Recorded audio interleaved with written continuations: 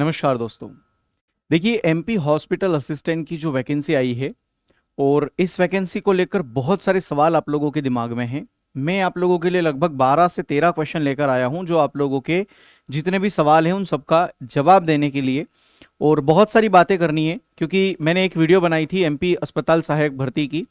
और उसके बाद काफ़ी मैसेज आने लगे कि सर इसकी हम तैयारी करें कि नहीं, फॉर्म भरे कि नहीं, सर हमारा ये क्वालिफिकेशन है, सर हमारी ये एज है, क्या सर हम इसके साथ और किसी एग्ज़ाम की तैयारी कर सकते हैं, और बहुत कुछ।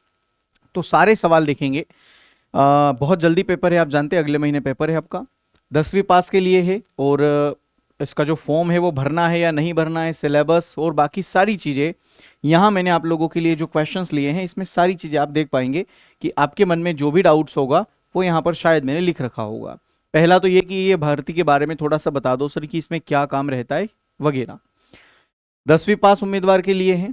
भर्ती में कुल कितने पद हैं, आवेदन कब से शुरू हो रहे हैं, एमपी हॉस्पिटल असिस्टेंट की सैलरी कितनी रहेगी, इन हैंड सैलरी आपके हाथ में कितनी सैलरी आएगी अभी फिलहाल में, हॉस्पिटल असिस्टेंट का काम क्या रहेगा, क्या इसमें वार्ड और मरीजों की देखभाल करनी होगी, साफ सफाई का काम रहेगा, इस भर्ती की तैयारी कैसे करें, कम समय में स्मार्ट तैयारी कैसे करें, सिलेक्शन प्रोसेस क्या रहेगा और परीक्षा पैटर्न कैसा रहेगा, ये सबसे महत्वपूर्ण है। सिलेबस में कौन कौन से विषय आएंगे, क्योंकि जो विषय आपको लास्ट वीडियो में मैंने बताए थे आज उसको एकदम से खोल कर बात करते हैं, क्या क्या पढ़ना है, कैसे पढ़ना है, सारी चीजें।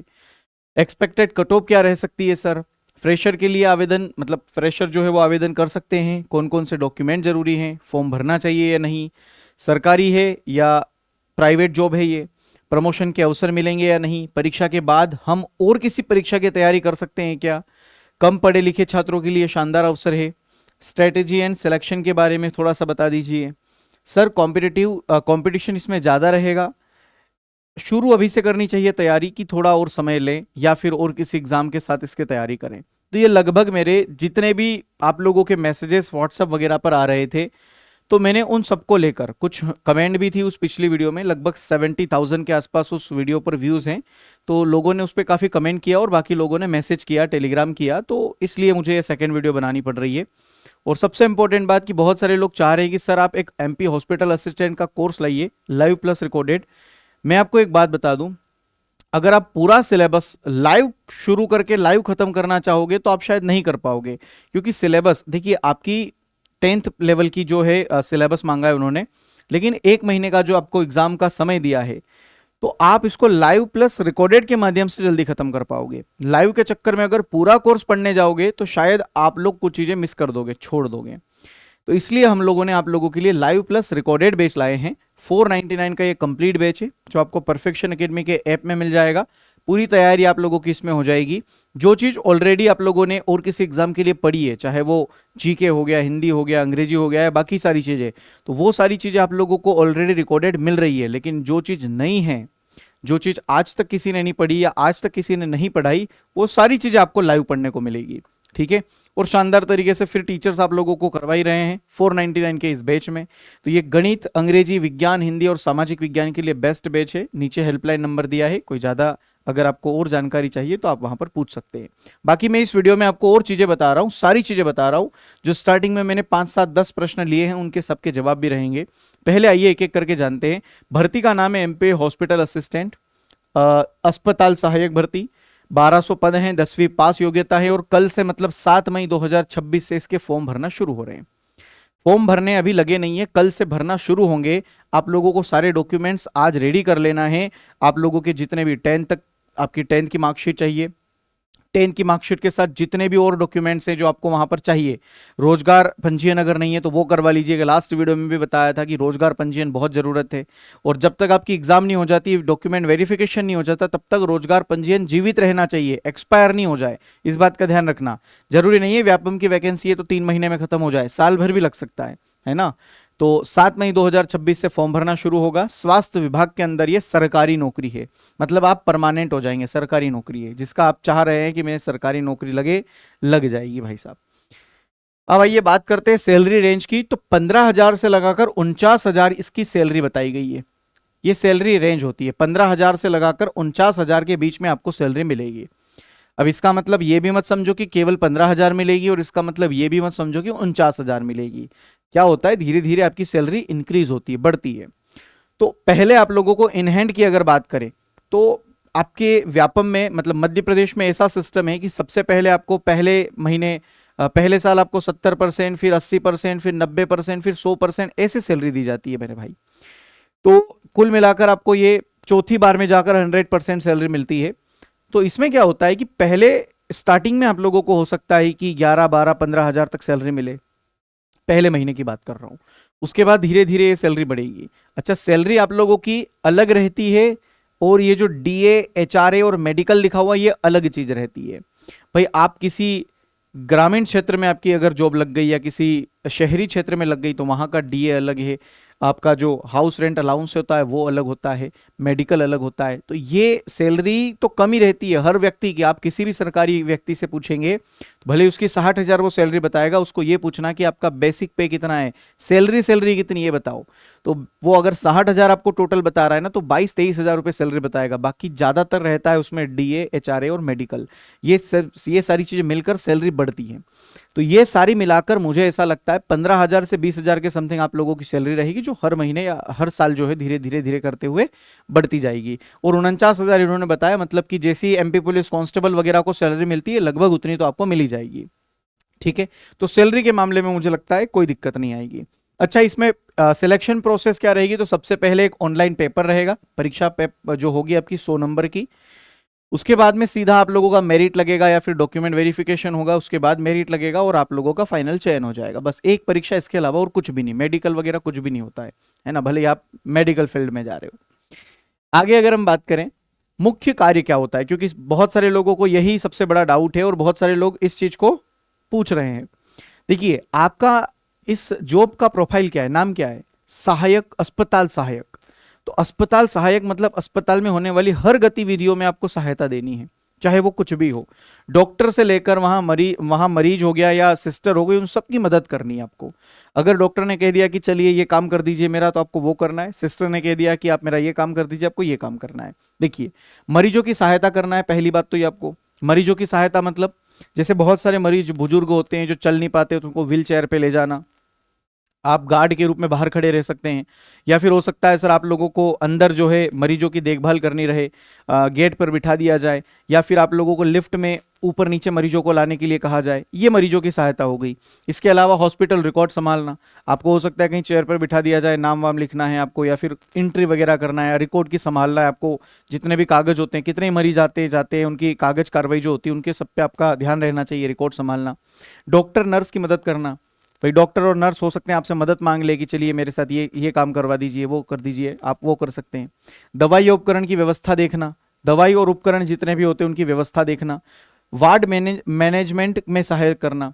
वार्ड मैनेजमेंट में सहयोग का मतलब होता है कि आपको वार्ड का मैनेजमेंट करना। अब मैनेजमेंट से आपका साफ सफाई भी आ जाती है, आपका जो बाकी चीजें होती है कि कोई जो वहां पर बेड होता है जो मरीज का, वो गलत जगह रखा हुआ है तो उसको सही करना, उठाना, या फिर आपको बेडशीट चेंज करना, ये काम इसमें रहता है।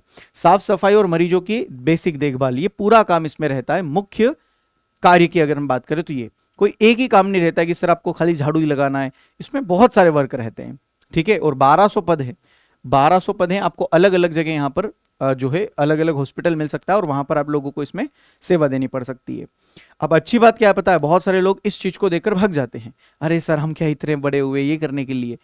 देखिए, मैं आपको छोटी सी बात यहां पर कहूंगा, जिसको जॉब की जरूरत है ना भाई मेरे, वो कुछ भी कर सकता है। वो खेत पे भी जा सकता है, मजदूरी भी कर सकता है, किसी के यहाँ पर अगर ठेला वेला उठाने के लिए कहा जाए वो भी उठा सकता है, किसी का कुछ भी काम कर सकता है, नौकर बन जाएगा, ड्राइवर बन जाएगा, कुछ भी कर लेगा, क्योंकि उसको पैसों की जरूरत है।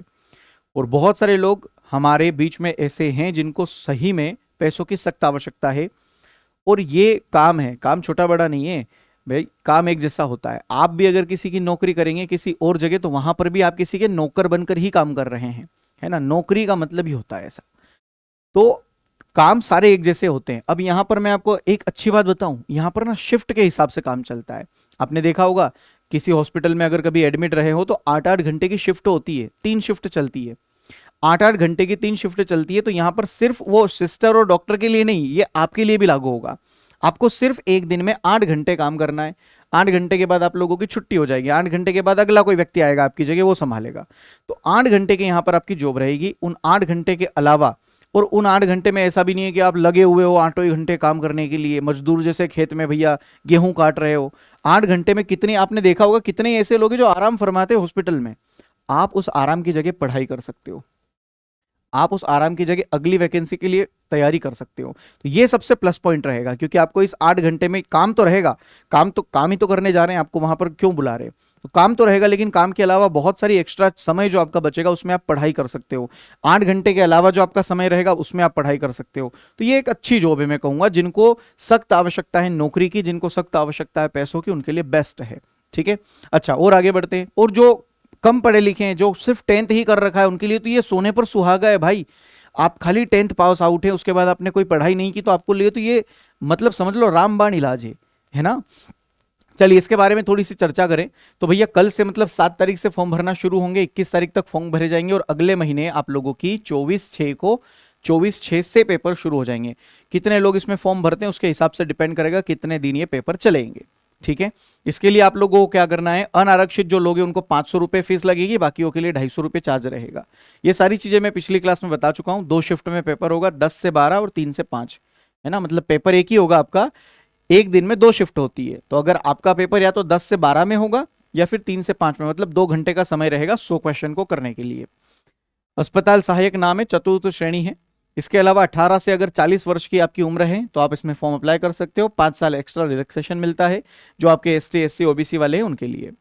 ये पद होते हैं टोटल 1200। अच्छा, ऑलरेडी जो यहाँ पर संविदा कर्मी, मतलब ऑलरेडी जो किसी कॉन्ट्रैक्ट बेस पर अस्पताल में लगे हुए हैं, उनके लिए भी यहाँ पर रिजर्वेशन अलग है, तो उनके लिए यहाँ पर अलग पद दिए गए हैं। तो उनको अगर स्थायी होना है तो ये ज़्यादा अच्छा रहेगा। सर यहाँ पर 100 नंबर के 100 प्रश्न आएंगे। सामान्य हिंदी, अंग्रेजी, गणित, विज्ञान और सामाजिक विज्ञान से प्रश्न पूछे जाएंगे। सर इस सिलेबस को थोड़ा सा डिकोड कर दीजिए, ये हमें थोड़ा सा समझना है कि हमने जो पढ़ा है उसमें और इस सिलेबस में क्या अंतर है। आपने और भी किसी एग्जाम की तैयारी करी हो, व्यापम की या और किसी एग्जाम की, तो उसमें आपने क्या क्या पढ़ा होगा। देखिए मेरे भाई, यहाँ पर 4-5 खंड है। काव्य खंड है, गद्य खंड है, व्याकरण, रचनात्मक लेखन और कृतिका भाग। आपने ऑलरेडी इस व्याकरण को पढ़ रखा है। अगर आप और किसी एग्जाम की तैयारी की होगी तो व्याकरण आपने पढ़ रखा है, और हमने ये रस, अलंकार, संधि, समास, लोकोक्ति, मुहावरे, छंद, कवि, लेखक परिचय, ये हमने ऑलरेडी रिकॉर्डेड फॉर्म में डलवा दिया आप लोगों को, क्योंकि ये आप लोगों को अलग अलग एग्जाम्स के लिए पढ़ाया गया था, तो ये हमारे पास उपलब्ध था, ये हमने पढ़ा दिया। अब रही बात सर ये काव्य खंड की, गद्य खंड की, रचनात्मक लेखन की और कृतिका भाग की, तो ये चीजें आपको सर लाइव पढ़ाएंगे इस कोर्स के अंदर। ये सारी चीजें आपको लाइव पढ़ाई जाएगी सर के द्वारा, और ये चीजें जो ऑलरेडी पढ़ा दी गई है सर के द्वारा, ये आपको रिकॉर्डेड मिल जाएगा। मतलब आपको देखना रिकॉर्डेड है ज्यादातर चीजें, क्योंकि आपको एक दिन में जितना समय मिले उतने समय में आपको चीजें को देखकर समझकर अलग करना है। नोट्स वोट्स बनाने के वो मत करिएगा, समय नहीं है उसके लिए आपके पास। गणित की अगर बात करें तो गणित अगर आपने पढ़ रखी है, ये 10 टॉपिक आते हैं गणित के, अगर ये 10 के 10 टॉपिक आपने पढ़ रखे हैं तो फिर निश्चिंत रहिए, आप बढ़िया से अच्छा रिवीजन करिए, एक बार आप पीडीएफ को पढ़ लीजिएगा। गणित के हमने सारे 10 के 10 टॉपिक जो है डलवा दिए अंदर, तो आप आराम से इसको पढ़ सकते हैं अच्छे से, जिसमें आपकी वास्तविक संख्या, बहुपद, 2 चर वाले रैखिक समीकरण, ये दोनों मिलकर एक टॉपिक होता है। द्विघात समीकरण, समांतर श्रेणियां, त्रिभुज, निर्देशांक ज्यामिति, त्रिकोणमिति, वृत्त, पृष्ठीय क्षेत्रफल का आयतन और सांख्यिकी प्रायिकता, ये 10 टॉपिक सर ने डल दिए अंदर, तो ये कंप्लीट आपको रिकॉर्डेड मिल जाएगा। अच्छा, साइंस की अगर हम बात करें तो साइंस में ज्यादातर चीजें आपने पढ़ रखी होगी, रासायनिक अभिक्रिया, अम्ल क्षार। अच्छा, जो पहली बार तैयारी कर रहा है वो ये मत समझना कि आपको पढ़ रखी है मतलब सर हमारे लिए काम की नहीं है। आपके लिए सारी चीजें अवेलेबल है एप्लीकेशन में। जब ये कोर्स आप लेंगे तो ये आधे से ज्यादा चीजें आपको डली हुई मिलेगी, रिकॉर्डेड मिलेगी, तो आप अपने समय के अनुसार उसको पढ़ सकते हैं। बताता हूं आपके लिए भी, है ना। धातु, अधातु, कार्बनिक, यौगिक, जैव प्रकरण, प्रजनन, अनुवांशिकी, प्रकाश परावर्तन, मानव नेत्र, विद्युत चुंबकीय और हमारा पर्यावरण, ये सारे ही आप लोगों के लिए डल चुके हैं। ये साइंस का भी पूरा कंटेंट आप लोगों के डल चुका है। ये जो नियंत्रण एवं समन्वय लिखा है ये आपको सर लाइव पढ़ा देंगे। इसके अलावा सामाजिक विज्ञान की अगर हम बात करें तो इतिहास आप लोगों को सर पूरा लाइव पढ़ाने वाले हैं, क्योंकि यहाँ पर यूरोप का राष्ट्रवाद और भारत का राष्ट्रवाद है। भारत का राष्ट्रवाद आप लोगों को रिकॉर्डेड मिल जाएगा, यूरोप का राष्ट्रवाद आप लोगों को पढ़ा दिया जाएगा। भूगोल यहाँ पर आपको कंप्लीट रिकॉर्डेड मिल रहा है, विशाल सर ने आप लोगों के लिए डलवा दिया है। राजनीति डलवा दिया, अर्थशास्त्र डलवा दिया है। तो ज्यादातर चीजें रिकॉर्डेड उस बैच में डाल दी गई है। आप आराम से आज से ही बैच को परचेस करके पढ़ाई कर सकते हैं जारी। और जो चीज़ें अभी बाकी है या जो चीज़ नहीं है वो सारी आप लोगों को इसमें लाइव पढ़ा दी जाएगी। मेरे भाई ये चीज़ें आपको ज़्यादातर रिकॉर्डेड ही देखनी है, क्योंकि रिकॉर्डेड ही आप जल्दी खत्म कर पाओगे। आप जितना जल्दी कोर्स को फिनिश करोगे, उतनी ज़्यादा आप प्रैक्टिस करोगे, उतनी ज़्यादा आप मॉक टेस्ट लगाओगे तो आपका फायदा होगा, ठीक है। क्योंकि ये एग्जाम ऐसी है, देखिए इसमें मेरा एक और सवाल है कि सर कंपटीशन बहुत ज़्यादा रहेगा क्या? मेरा कहना रहेगा कंपटीशन कम रहेगा, क्योंकि वो लोग जो इसमें इंटरेस्ट नहीं ले रहे ना वो फॉर्म ही नहीं भरेंगे, और भरेंगे तो वो एग्जाम देने नहीं जाएंगे।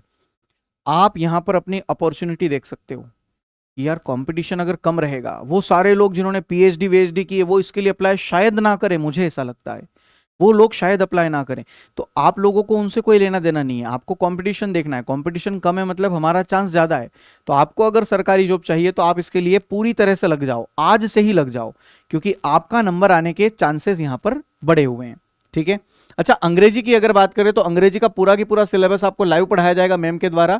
हाँ, ये कुछ चीज़ें जो होती है ग्रामेटिकल की, टेंसेज हो गए, मॉडल हो गए, डिटर्मिनर हो गए, ये आप लोगों को रिकॉर्डेड डलवा दी जाएंगे। बाकी सारी चीज़ें आप लोगों को पढ़ाई जाएगी, क्योंकि ये 10th का सिलेबस है। 10th की बुक में आप लोग जो पोएम वगैरह पढ़ते हैं ना, उससे संबंधित सिलेबस है ये। फर्स्ट फ्लाइट और ये फुटप्रिंट विदाउट फीट, ये आप लोगों को कंप्लीट पढ़ाया जाएगा। तो ये अच्छी बात है कि आपको कंप्लीट लाइव पढ़ाया जा रहा है, ठीक है। और बाकी सारी चीजें जो हमने रिकॉर्डेड डलवा दी है, मैं इस बैच की बात कर रहा हूँ, 499 का कंप्लीट बैच है। आज ही परफेक्शन एकेडमी का ऐप डाउनलोड कर लीजिए, और ये 5 सब्जेक्ट आते हैं। आज से ही अपनी रणनीति बना लीजिए कि मेरा वीक सब्जेक्ट कौन सा है, मैं उसको थोड़ा ज़्यादा फोकस करूंगा, जो मेरे को आता है उसको मैं कम फोकस करूंगा। कम फोकस से मतलब कम घंटे उसको पढ़ाई के लिए दूंगा, और जो मेरा बीच वाला सब्जेक्ट है उसको मैं थोड़ा सा ज़्यादा दूंगा। इस टाइप से आप दिन का मैनेजमेंट कर लीजिए और अपनी तैयारी के लिए लग जाइए अभी से। अगर आप 10th पास है और इस फॉर्म को अगर फिल कर रहे हैं तो फिर भैया मौका मत चुको, लग जाओ आज से ही काम में। चलिए आइए कुछ ऐसी बातें कर लेते हैं जो मैंने स्टार्टिंग में बताई थी आपको, जिनके उत्तर मैं देता हूं। एमपी अस्पताल सहायक भर्ती क्या है उसके बारे में मैंने आपको अभी जस्ट बताया, पूरा कंप्लीट डिटेल चीजें बताई। 10वीं पास के लिए ये सुनहरा मौका है, बिल्कुल है सर। इस भर्ती में कुल कितने पद है, तो मैंने बताया आपको 1200 पद हैं। आवेदन कब से शुरू होंगे, तो कल से 7 तारीख से, 7 मई से शुरू हो जाएंगे। कल से फॉर्म भरना शुरू हो जाएंगे। इसके लिए आपको सारे डॉक्यूमेंट, अच्छा डॉक्यूमेंट में एक बात ध्यान रखना, बहुत सारे लोग परीक्षा पास हो जाते हैं, डॉक्यूमेंट वेरिफिकेशन में फेल हो जाते हैं। नाम सब जगह सेम होना चाहिए, 10वीं के रिजल्ट में भी, आपके आधार कार्ड में भी, पापा का नाम भी, सब जगह सेम होना चाहिए, डेट ऑफ बर्थ सेम होनी चाहिए। और अगर ये सेम नहीं है तो सेम करवा लो, आगामी एग्जाम के लिए बहुत इंपॉर्टेंट है ना, हर जगह सेम होना चाहिए। एमपी हॉस्पिटल असिस्टेंट की सैलरी कितनी रहती है, मैंने सैलरी बताई है, लगभग 15,000 से 49,000 के बीच में आपकी सैलरी रहेगी। इन हैंड सैलरी बता दी। हॉस्पिटल असिस्टेंट का काम क्या रहेगा, मैंने ये बता दिया। जी सर, वार्ड और मरीजों की देखभाल करनी रहेगी, साफ सफाई का भी काम हो सकता है, और जितने भी और अन्य सहायक काम है वो सारे रहेंगे आपके। इस भर्ती की तैयारी कैसे करें, तो परफेक्शन एकेडमी ने अपना कोर्स लॉन्च कर दिया है एमपी हॉस्पिटल असिस्टेंट के नाम से। 499 का कंप्लीट कोर्स है, आप जाके ज्वाइन कर सकते हैं। कम समय में स्मार्ट तैयारी, यही कम समय में स्मार्ट तैयारी करने का बेस्ट रूल है कि आप जितनी हो सके उतनी चीजें रिकॉर्डेड देखिएगा। अभी कुछ दिनों पहले एमपीएसआई मेंस का पेपर हुआ, ज्यादातर लोगों ने इसी चीज पर समझदारी दिखाई। वो लाइव नहीं आते थे, वो ज्यादातर लोग रिकॉर्डेड देखते थे, अपने समय के अकॉर्डिंग देखते थे।